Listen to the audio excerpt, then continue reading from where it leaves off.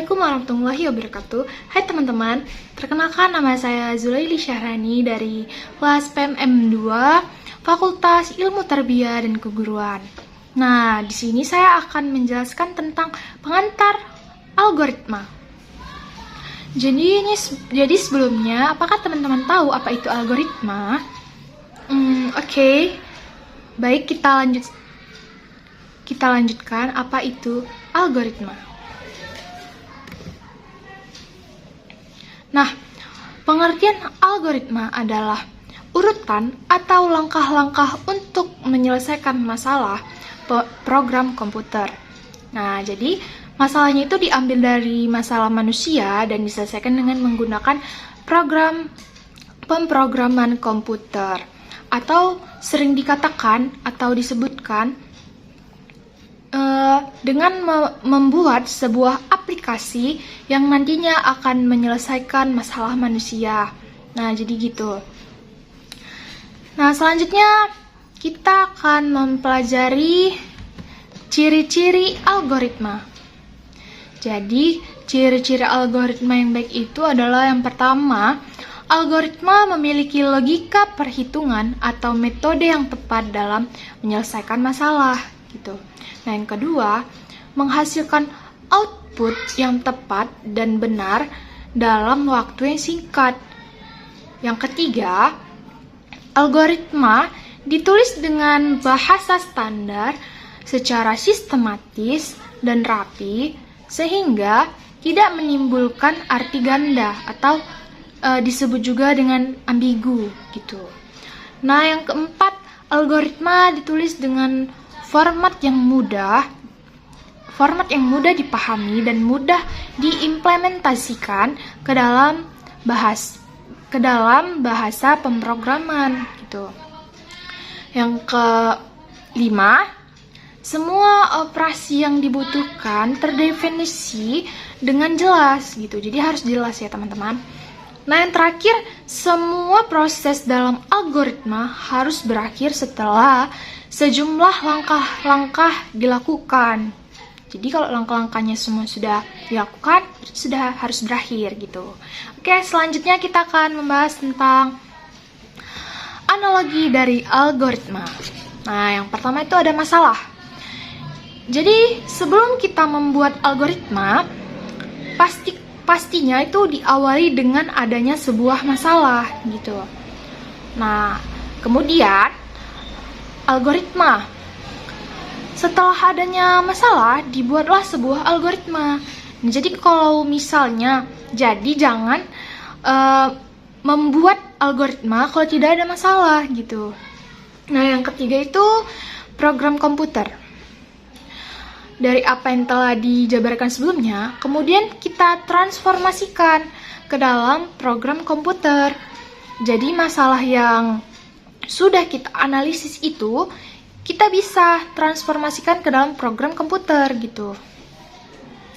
Jadi, tadi kan di definisinya itu algoritma adalah membuat program komputer untuk menyelesaikan sebuah masalah yang terjadi pada manusia gitulah ya kan.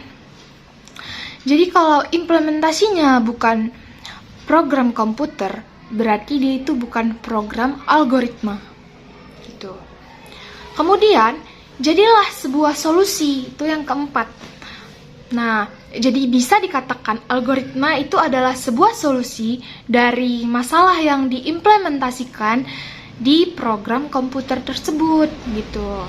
Nah, yang selanjutnya kita akan membahas tentang cara mendeskripsikan masalah. Itu yang pertama, poin yang pertama, menjabarkan masalah. Jadi itu misalnya kita mendapatkan seorang klien yang mengalami kesulitan gitu.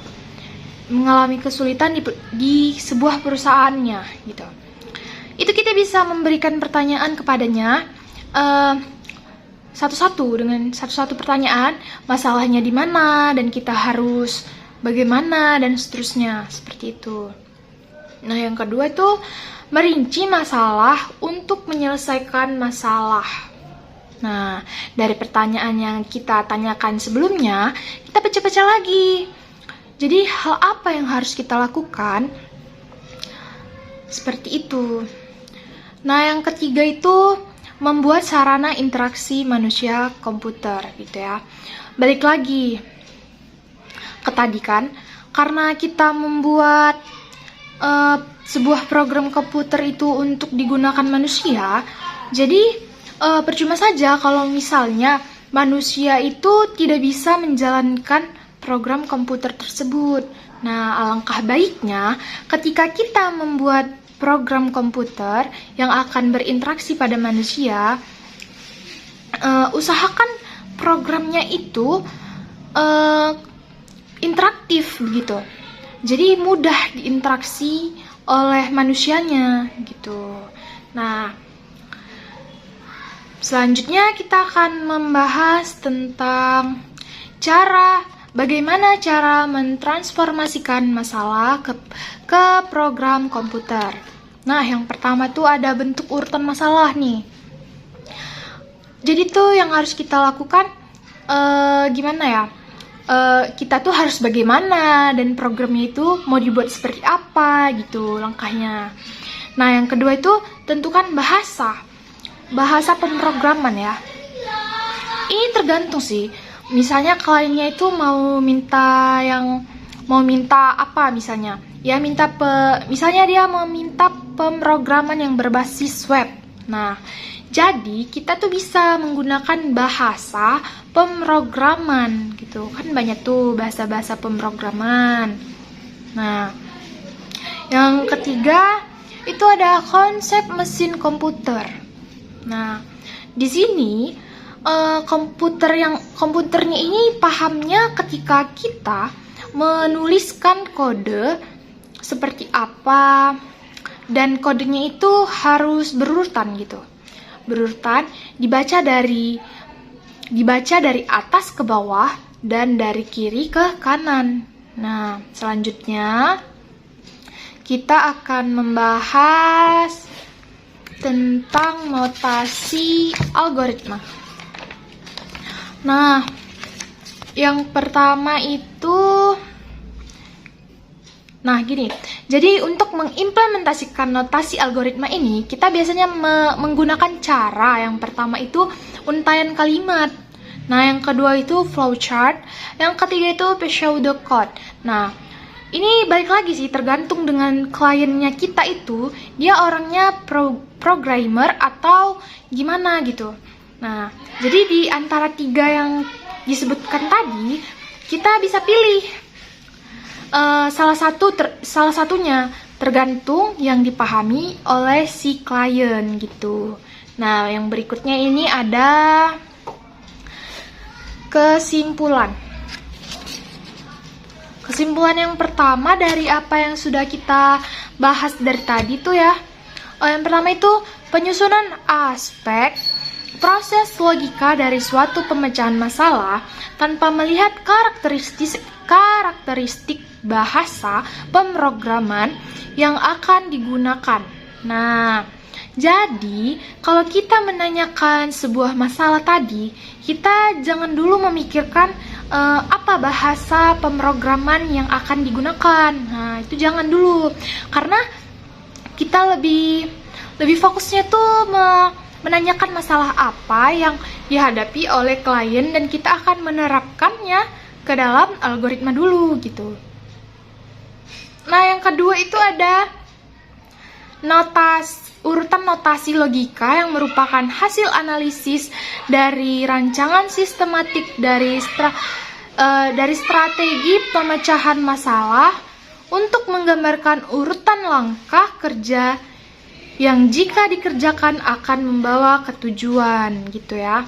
Jadi, kalau kita membuat algoritma yang sebelumnya tadi, yang di belakang algoritma itu pasti kita sudah menganalisis sebuah masalah. Nah, sebelum kita membuat algoritmanya, pasti kita sudah menganalisis masalahnya terlebih dahulu begitu.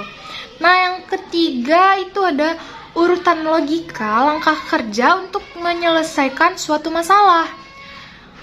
Jadi, urutan langkah kerja ini biasa disebut dengan notasi algoritma yang di slide sebelumnya sudah saya jelaskan. Mungkin teman-teman sudah mengerti akan maksudnya gitu ya.